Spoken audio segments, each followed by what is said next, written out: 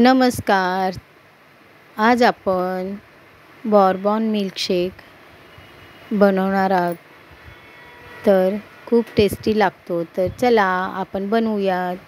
इथं बॉर्बनची मी बिस्किटं घेतलेली आहेत आणि अशी मिक्सरच्या जारमध्ये ते तुकडे करून टाकत आहे. त्याच्यानंतर 1 चमचा कोको पावडर टाकले आहे. त्याच्यानंतर मी ही कॅडबरी आहे ती खिसून घेतलेली आहे, ती पण 2 चमचे टाकले. त्याच्यानंतर काजूचे काही काप टाकलेत आणि 1 चमचा मी इथं साखर घेतलेली आहे आणि दूध गरम करून थंड करून 1 ग्लास घेतलेला आहे. त्याच्यानंतर बर्फ घेतलेला आहे. आता आपण ह्याच्यामध्ये चॉकलेट सिरप घेऊयात, 1 अर्धा चमचा.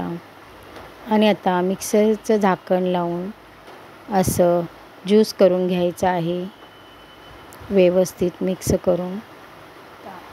आता आपण असा 1 ग्लास घेतलेला आहे, त्याच्यामध्ये असं मी चॉकलेट सिरप टाकलेला आहे आणि जे मिश्रण केलं होतं तयार ते असं ओतून घेतलेलं आहे.